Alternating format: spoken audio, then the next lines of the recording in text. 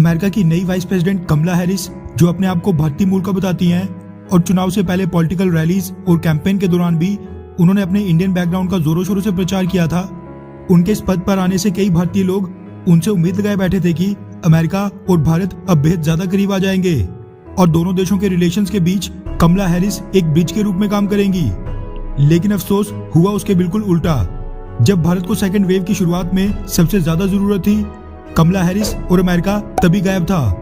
कोविड-19 vaccine के raw materials पर रोक लगाकर बैठा था और ना ही भारत और साउथ अफ्रीका के वैक्सीन के ऊपर से पेटेंट प्रोटेक्शन हटाने वाले ट्रिप्स वेवर को शुरुआत में समर्थन दे रहा था। हालांकि उसके बाद जब भारत में लाखों लोग मारे जाने लगे, यहाँ से भयावह तस्वीरें अमेरिका और दुनिया के बाकी कोनों में पहुंचने लगी, उसके बाद ही अमेरिका भारत की मदद के लिए सामने आया। लेकिन अमेरिका की नई भारतीय मूल की वाइस प्रेसिडेंट कमला हैरिस तब भी गायब थी और जो भारत और भारत के लोगों के साथ कनेक्ट होने का सुनहरा मौका था, वो उन्होंने इस बार खो दिया। भारत में अब सेकेंड वेव का असर धीरे धीरे खत्म हो रहा है।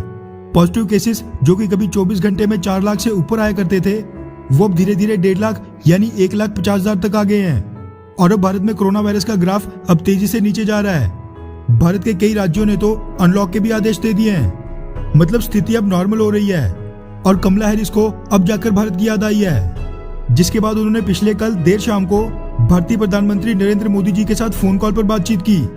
अगर आप सोच रहे हैं कि कमला हैरिस को अब जाकर अचानक से भारतीय प्रधानमंत्री नरेंद्र मोदी जी की याद क्यों आई, तो आपको बता दूं कि अमेरिका के पास आज की डेट में 80 करोड़ वैक्सीन, जिनमें अधिकतर मात्रा एस्ट्राजेनेका वैक्सीन की है, ये सारी स्टॉक में एक्सेस अमाउंट में मौजूद हैं, जिनका अमेरिका ने इस्तेमाल नहीं करना है। अमेरिका ने एस्ट्राजेनेका की ये वैक्सीन किसी इमरजेंसी की स्थिति से निपटने के लिए रखी थी, मगर क्योंकि एस्ट्राजेनेका वैक्सीन के इस्तेमाल से साइड इफेक्ट्स और ब्लड क्लॉट के केसेस सामने आ रहे थे, इसलिए उसने अपनी वैक्सीन ड्राइव में एस्ट्राजेनेका वैक्सीन का इस्तेमाल नहीं किया था। लेकिन अब क्योंकि दुनिया के कई देश एस्ट्राजेनेका की ये वैक्सीन इस्तेमाल कर रहे हैं और अब कोरोना वायरस की वैक्सीन भी एक एक्सपायरी डेट के साथ आती हैं, ऐसे में अमेरिका भी इनको ज्यादा महीनों तक स्टोर नहीं कर सकता था। इसलिए उसने ये ऐलान किया था कि स्टॉक में जो भी कोरोना वायरस की एक्सेस वैक्सीन उसके पास मौजूद है, वो उनको दुनिया के बाकी देशों के साथ बांटेगा, जिनमें भारत का नाम सबसे ऊपर था।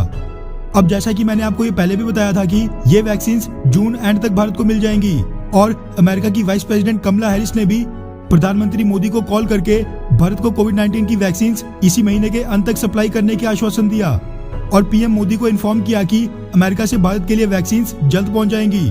अगर आपके मन में ये ख्याल आ रहा है कि अमेरिका से कितनी संख्या में वैक्सीन भारत आ रही हैं, तो आपको बता दूं कि अमेरिका ने पहले फेज में 8 करोड़ में से 2.5 करोड़ वैक्सीन दुनिया भर में बांटने का ऐलान किया है और उन 2.5 करोड़ में से भी south and south east Asia के देशों के लिए मात्र 70 लाख वैक्सीन अलॉट की गई हैं।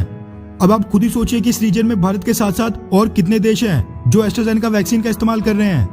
ऐसे में इन 70 लाख वैक्सीन में से कोई बड़ा हिस्सा भारत को मिलने का अनुमान नहीं है। वहीं आपकी जानकारी के लिए बता दूं कि भारत ने खुद पिछले एक दिन यानी पिछले 24 घंटों में 24 लाख से ज्यादा लोगों को वैक्सीनेट किया है। ऐसे में जो अमेरिका से भारत को वैक्सीन मिलने की आशंका जताई जा रही है, वो ज्यादा से ज्यादा 2 दिन तक भी नहीं चलेंगी। लेकिन ये है कि ना से तो ये मदद बहुत ही सराहनीय है, जिसकी प्रशंसा तो होनी चाहिए। साथ में आपको बता दूं कि भारत ही वो अकेला देश नहीं था जिसको अमेरिका की वाइस प्रेसिडेंट कमला हैरिस ने पर्सनली कॉल करके इन्फॉर्म किया था, बल्कि भारत के साथ साथ 4 और देशों के राष्ट्रीय अध्यक्षों को उन्होंने कॉल की थी।